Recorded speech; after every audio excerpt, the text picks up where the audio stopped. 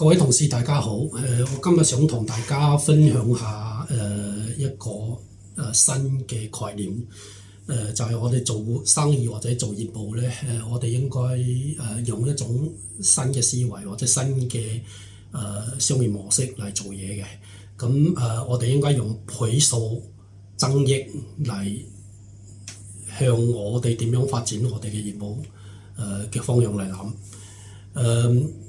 我用一個簡單嘅例子俾大家知道，因為最近大家可能會發覺公司發生咗好多新嘅變化同埋新嘅模式做工作，咁有啲人會唔係好理解。先講講我哋嘅核心價值，即係我哋公司核心價值係團隊協作，第一，第二就係專業創新，咁第三咧就係品牌導向。第四咧就係分享共贏。咁團隊協作、品牌導向、分享共贏，我哋已經講得唔少嘢㗎啦。咁專業創新咧，好多人以為就好簡單嘅嘢，其實就好複雜嘅。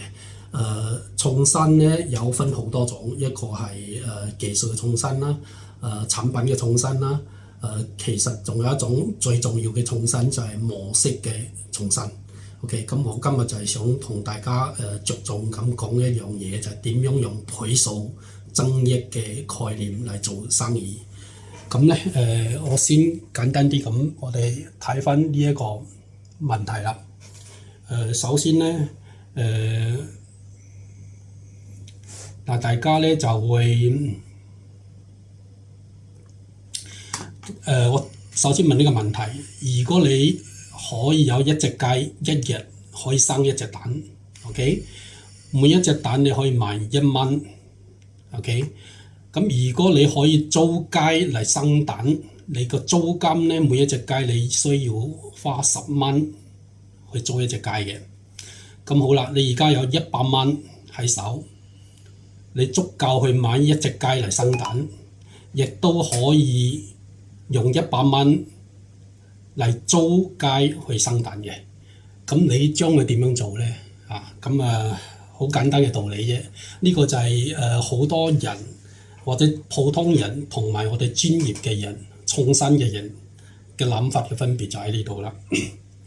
嗱，Mr. A 咧 ，A 先生咧就會買一隻雞，等住嚟生蛋啦。OK， 咁B 先生咧 ，Mr. B 咧就用買一隻雞嘅錢。即係一隻雞就100蚊啊嘛，係咪？你用100蚊嘅錢咧，就租10隻雞嚟生蛋。OK， 咁我哋睇下個效果會係點樣樣，個比較會係點樣樣，好唔好？160日之後咧，你估計 Mr. A 生嘅蛋多咧，定係 Mr. B 生嘅蛋多？嗱，我哋呢個就係一個圖表啦。咁我哋第一個10日第一個10天 ，OK，Mr. A 咧呢個 Mr. A 咧。你用100蚊就買一隻雞，咁你第一個10日咧就可以生10隻蛋，總蛋數咧就10隻。OK， 第二個10天咧，你又再生到10隻蛋啦，咁total 就20隻蛋啦。第三個10天咧，你又有10隻蛋啦，咁total就30隻蛋啦。咁即係呢個10加10加10加10加10加10，咁加咗160日之後咧，你 total 咧就可以有120隻蛋。OK， 好簡單嘅算術嚟嘅啫，小學生都識㗎啦。OK，Mr. B 咧 ，B 先生咧，佢就用100蚊嘅錢咧就租咗10隻雞啦。咁咧第一個10日咧，佢就即刻有100隻蛋啦。OK，100隻蛋係咪好過10隻蛋咧 ？OK， 咁佢用100隻蛋咧就賣到100蚊啦，係咪？佢又再用100蚊再租多10隻雞啦。咁佢原本有10隻雞，再加多10隻雞就20隻雞啦。OK， 咁佢呢第二個10日咧，佢就生多咗200隻蛋啦。OK， 咁佢200隻蛋又再賣出去咯，咁又再租翻啲雞翻嚟咧，咁佢就每一個10天佢就增加10隻雞。OK， 直至到呢一度咧，佢就增加咗50隻，變咗有50隻雞啦。咁80隻雞啦，咁80隻雞咧，每一隻雞生10隻蛋，即係10日啊嘛，生10隻蛋咪800隻蛋咯。咁以是乎咧計咧，佢160日之後咧，佢就可以生咗幾多隻雞蛋啊？ 159700隻雞蛋。OK， 咁 Mr. B 好咧定係 Mr. A 好咧？好顯然嘅咧，就係 Mr. B 係叻仔過 Mr. A 啦，即係 B 先生係叻仔過 A 先生啦。OK， 咁好啦，同樣嘅道理咧。OK， 另外一個人咧更加創新嘅生意模式啦。嗱 A 咧就買一隻雞就等住生蛋啦 ，B 咧就買一隻雞嘅錢咧就租10隻雞就生蛋啦。咁頭先見到 A 同 B 嘅比較 ，B 係叻仔過 A 啦嚇。咁啊第三種咧就運用金融資產證券化，就將雞蛋就換成雞蛋券。咩意思咧？即係話賣樓花，或者我哋叫做賣蛋花。OK， 提前就賣出去，擁有大量嘅現金流嚟發展我哋嘅事業。OK， 咁我哋比較下啦。咁呢個 A 同 B 頭先已經比較過啦，係咪？咁我用 C 嚟比較啦。嗱，你有100蚊，你第一個10日咧你就租咗10隻雞，就生咗100隻蛋啦。OK， 咁佢用100隻蛋嘅錢，佢就可以租多20隻。租多10隻雞，咁啊 total 10隻雞加10隻雞就變咗20隻雞啦，係咪 ？OK， 咁佢同時間咧就喺呢100隻蛋生緊嘅時候，佢又賣多10日嘅蛋出去，咁就同時間可以增加到100隻蛋出嚟啦。咁啊100加100就變咗200隻蛋啦。OK， 咁你用呢200隻蛋咧，佢又可以租多幾多啊？20隻雞出嚟啦。咁啊20隻雞咧就加原本嘅20隻雞就變咗40隻雞噶嘛，係咪？咁啊40隻雞咧佢就可以即刻賣出去400隻蛋噶咯喎，佢即刻可以賣出去400隻蛋噶咯喎，因為佢賣出去係賣將來噶嘛，賣將來嗰10日噶嘛，係咪？大家見到啦，係咪 ？OK， 咁嗱呢一個400隻蛋咧，佢又再賣咗出去之後，就同佢原本嘅40隻雞咧。嗱呢度就可以生400隻蛋啦，咁呢400隻蛋又賣出去就租埋多40隻雞出嚟，就變咗80隻雞啦。80隻雞咧佢就可以賣下一個10日嘅800隻蛋嘅咯喎，咁又賣咗出去800隻蛋咯。嗱於是乎咧就呢個就係唔係叫做乘翻2乘翻2，而係倍數嘅增加啦。嗱倍數嘅增加咧到最後咧。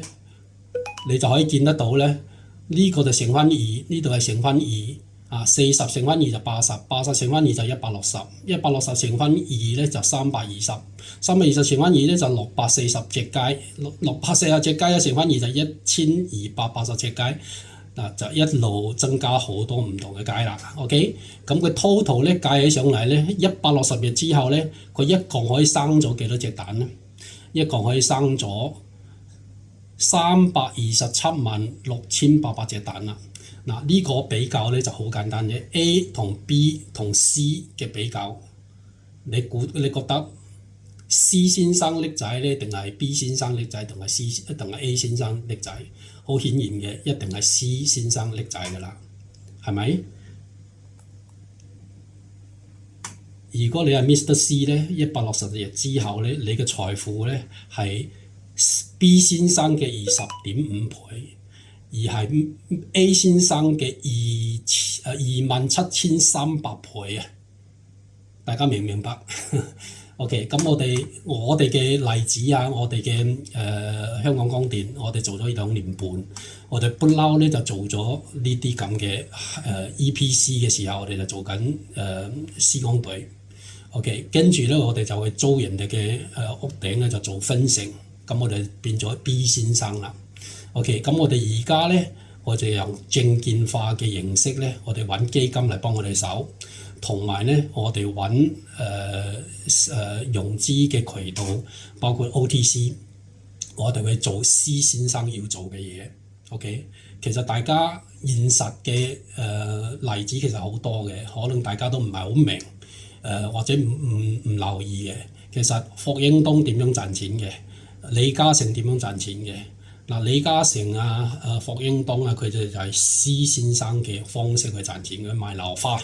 OK， 咁我哋咧點樣去賣樓花？其實我哋用上市嘅概念，用 OTC 上市嘅概念。如果我哋賺到錢咧，係用 PE 倍數，如果我哋一年有1個億嘅生意，1個億嘅盈利咧，OTC 嘅 PE 即係叫做PE 值嘅，即係市盈率咧係30倍。如果1個億咧，相當於我哋公司就值30個億。同樣嘅道理，我哋就可以比唔同嘅我哋嘅競爭者更加賺錢嘅。OK， 咁我哋咁講啦嚇，簡單嘅例子，呢個係芭芭拉 ，OK， 呢個係香港光電 ，OK， 施先生我哋就要做 PowerTech。PowerTech， 咁大家知道我哋而家我哋門口嘅門牌就轉咗用 PowerTech 嘅名義啦嚇，咁我哋而家又開始做e-bidding， 即係做投標就幫叫我哋嘅供應商或者我哋嘅承包商嚟幫我哋去起電站，我哋唔需要自己去起得咁辛苦，亦即係話我哋唔係做施工隊，我哋係做一個投資平台，我哋係要做 C 先生，我哋唔中意做 A 先生。我哋唔中意做 B 先生，更加我哋唔中意做 A 先生。呢個就係我哋生意模式嘅創新。咁我哋睇過啦，我哋第2句説話係專業創新。我哋唔止係要團隊協作，我哋仲要喺業務模式上邊做一個創新。呢個就係我哋近排嘅變化。咁希望大家了解呢一個咁嘅變化，就跟上我哋嘅潮流，或者跟上我哋嘅方向，大家一齊去成長。如果我哋大家一齊去成長呢，1年後、2年後呢，我哋係倍數好過我哋嘅競爭對手嘅。呢個就係我哋而家做緊向呢個方向做緊嘅嘢，希望大家理解同埋團隊協作，大家一齊向呢個方向行。咁我哋而家有3個板塊嘅，一個就係太陽能啦，另一個就係水耕啦，第3個就係 e-parking 啦。OK， 咁 e-parking 我哋而家都係好初步，而家做緊功夫嘅時候，我哋係運用緊呢一個生意嘅模式但係未成熟。但係太陽能同埋水耕咧就已經好成熟啦。咁太陽能咧，我哋而家係 focus 喺做分成投資項目。就用人哋嘅屋頂，我哋賺錢係賺10幾年嘅錢，就唔係賺一次嘅施工錢。OK， 水耕呢，我哋就係充分利用人哋閒置一個土地，我哋去做喺佢個空間上高，唔止做一個太陽能嘅發電系統，仲係可以喺個太陽能水耕農業大棚下低嘅空間入邊種菜啦，種花啦，同埋種水果。咁3樣嘢一齊去賣，我哋就唔止係賣水耕菜，我哋賣3樣嘢，鮮花、水果同埋蔬菜。